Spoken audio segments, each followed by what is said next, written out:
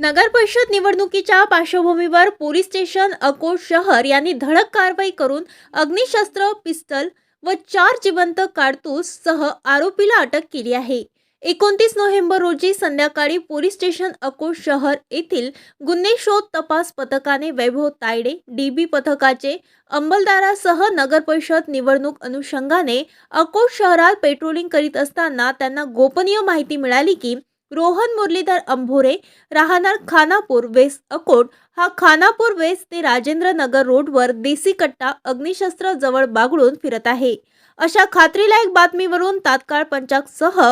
सदर ठिकाणी जाऊन संशयास्पद स्थितीत फिरणाऱ्या इसमास पंचाकसमज शिताफीने पकडून त्याचे नाव गाव विचारून त्याची अंगझडती घेतली असता त्याच्या कमरेजवळ अवैध एक देसी कट्टा अग्निशस्त्र व 4 जिवंत कारतूस मिळून आला।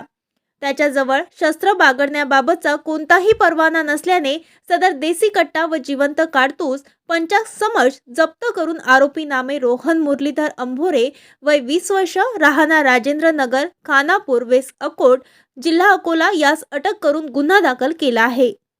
सदरची कारवाई पोलीस अधीक्षक अजय चांडक, अप्पर पोलीस अधीक्षक बी चंद्रकांत रेड्डी, सहाय्यक पोलीस अधीक्षक तथा उपविभागीय पोलीस अधिकारी अकोट निखिल पाटील यांच्या मार्गदर्शनाखाली अमोल माळवे, डीबी पथक इंचार्ज वैभव तायडे, गणेश सोळंके, नंदकिशोर कुलट, पोलीस कॉन्स्टेबल विपुल सोळंके, मोहन दुर्गे, पोलीस कॉन्स्टेबल अश्विन चव्हाण यांनी केली आहे। ताज्या बातम्या आणि घडामोडी बघण्यासाठी महाराष्ट्र मेल या चॅनलला लाईक आणि सबस्क्राईब नक्कीच करा।